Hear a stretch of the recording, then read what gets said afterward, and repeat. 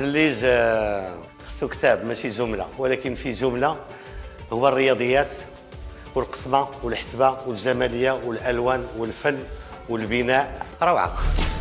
قبل ما يوصل لآلة المنقاش ويولي في الشكل اللي كنعرفوه، الزليج كيمر بعدة مراحل اللي كتبدا باستخراج الطين المناسب اللي موجود فقط في مدينة فاس.